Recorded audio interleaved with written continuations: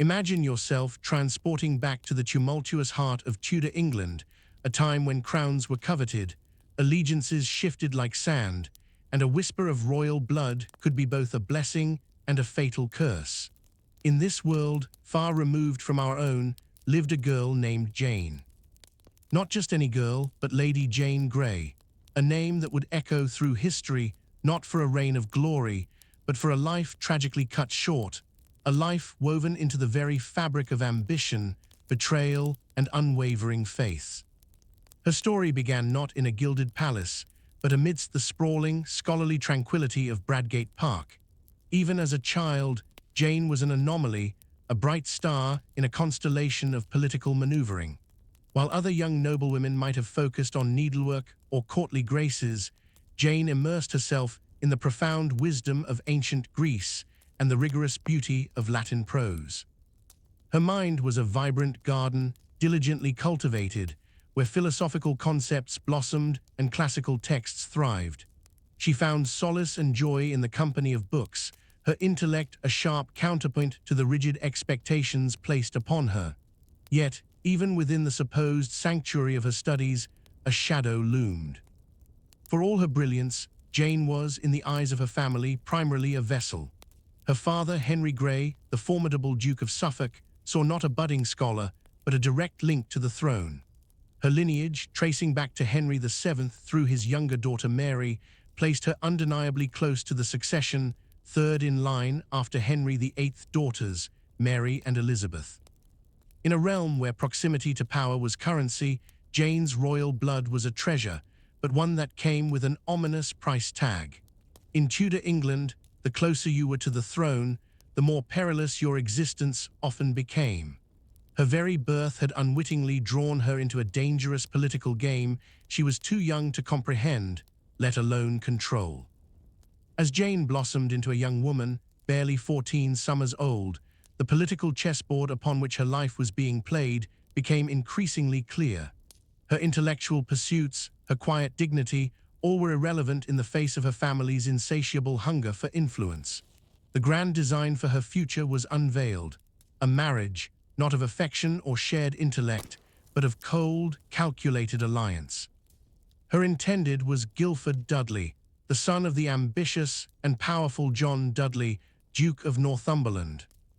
Jane recoiled. Her spirit, though gentle, possessed an unwavering integrity. She believed in a marriage founded on mutual respect, on the communion of minds, not merely a transaction of titles and lands. She voiced her objections, her protests echoing unheard against the unyielding will of her father. To him, her feelings were but childish whims. Her royal blood, however, was a strategic asset. Her pleas were dismissed, her desires trampled underfoot by the relentless march of ambition. The wedding, a spectacle of forced gaiety, took place on May 25, 1553. For Jane, it was no joyous union, but a somber procession, a funeral march for her hopes and dreams, the day marking the effective end of her personal freedom. Meanwhile, King Edward VI, a frail and sickly monarch, lay dying, consumed by the relentless grip of tuberculosis. John Dudley, a master manipulator and architect of Jane's ill-fated marriage, seized the opportune moment. He relentlessly persuaded the dying young king to set aside his half-sisters, Mary and Elizabeth, from the line of succession. His argument was steeped in religious fervor and political convenience. Jane, a devout Protestant, would ensure the continuity of the Protestant Reformation in England, unlike the staunchly Catholic Mary. Furthermore, Dudley believed Jane, with her quiet and scholarly nature, would be a malleable puppet queen, easily controlled by his influence. Edward, weakened and swayed, affixed his signature to the will, unknowingly sealing Jane's tragic fate. The hush of death fell upon the kingdom on July 6, 1553, as Edward VI drew his last breath. 3 agonizing days later, the news, heavy with momentous consequence, reached Jane. She was informed that she was, by royal decree, the Queen of England. The announcement struck her not with elation, but with a profound and visceral horror. Her initial reaction was one of desperate plea, a frantic begging of the Privy Council to reconsider, to bestow this overwhelming burden upon another.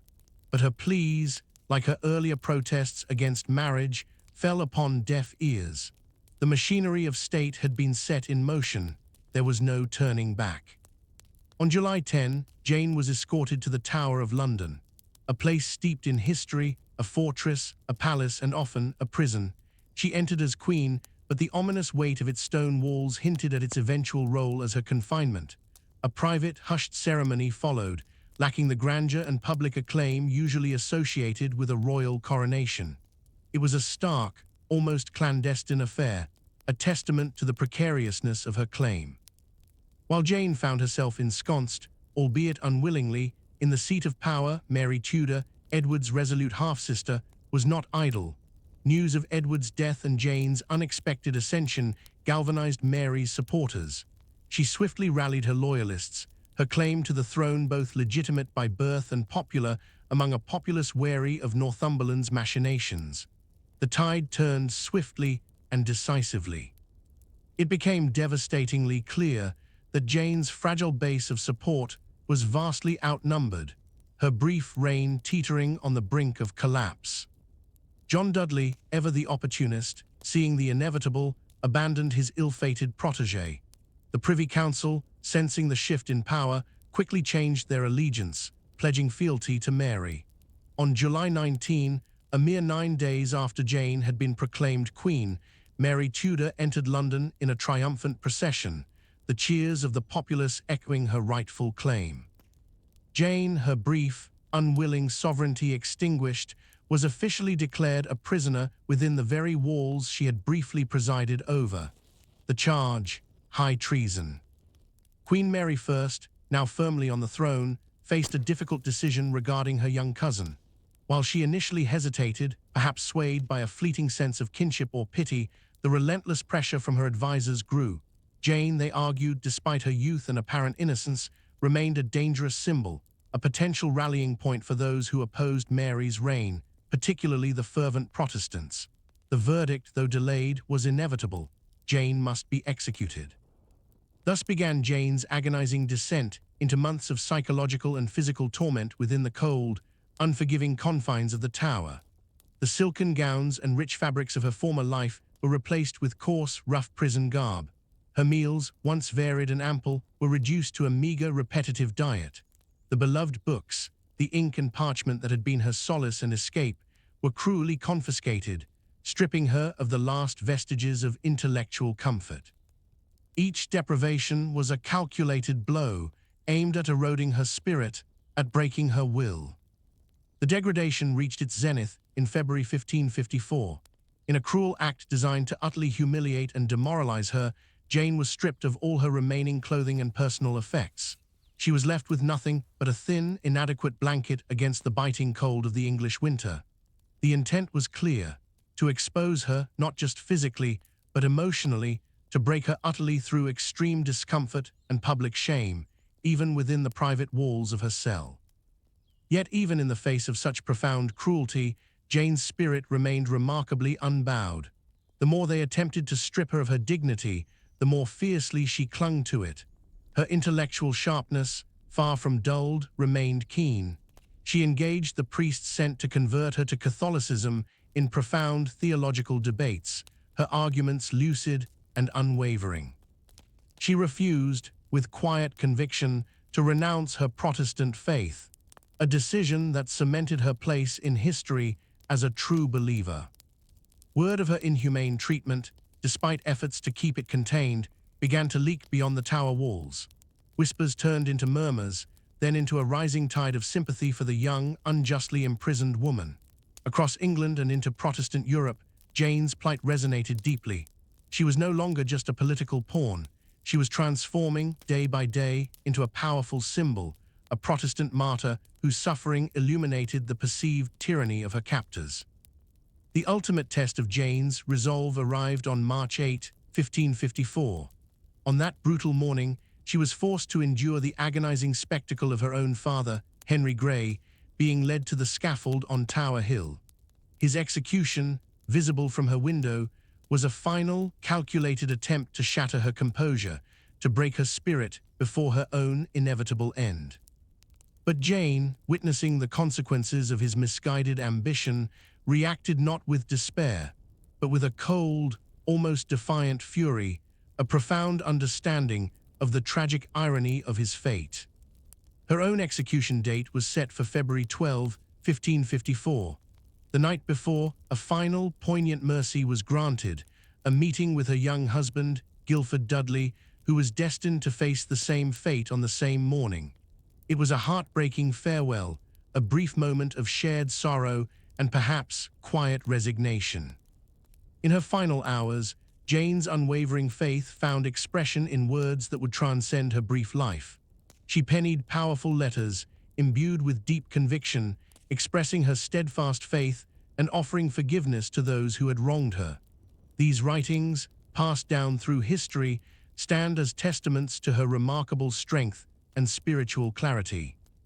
On the morning of February 12, Jane walked to the scaffold with a dignity that astonished onlookers. Her step was firm, her gaze steady, her composure unwavering. She wore no elaborate finery, only the simple, sombre dress of a condemned prisoner, yet she radiated an inner strength that eclipsed any regal adornment. She delivered a final speech, calm and articulate, addressing the silent, awestruck crowd.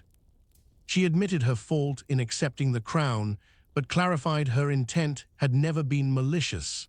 She affirmed her Protestant faith, forgiving her executioner with a quiet grace that moved many to tears. Then came the most poignant, heart-wrenching moment. Blindfolded, disoriented, she struggled to find the execution block, her soft voice crying out in a whisper that echoed across the hushed square. "Where is it?" It was a raw, human cry, a fleeting glimpse of vulnerability that shattered the stoic facade she had maintained, eliciting a wave of profound pity from the assembled crowd. An official, perhaps moved by the scene, gently guided her hand to the block. With her final breath, a whisper escaped her lips, "Lord Jesus, receive my spirit." The axe fell, bringing a swift, brutal end to a life that had barely begun. Lady Jane Grey's execution, intended to extinguish a threat, instead ignited a powerful flame. Far from eliminating a problem, it transformed her into an enduring martyr. Her story, particularly her profound dignity in the face of unimaginable suffering, her steadfast faith, and her unwavering principles, spread like wildfire throughout England and across Protestant Europe. She became a potent symbol of resilience, of the human spirit's capacity to withstand tyranny, and of unwavering religious conviction. Her legacy transcended the political machinations that had ensnared her. It influenced legal thought, inspiring discussions on the nature of rightful succession and the limits of monarchical power. Her tale became a cautionary one for rulers, a stark reminder of the perils of unchecked ambition and the enduring power of popular sympathy. Jane Grey, the reluctant queen who reigned for mere days, left an indelible mark on history, her tragic life a powerful exploration of ambition, betrayal, faith, and the enduring strength of the human spirit in the face of unimaginable suffering. Her whisper on the scaffold, "Where is it?" continues to echo through time, a poignant reminder of a young life tragically sacrificed for a crown she never truly desired.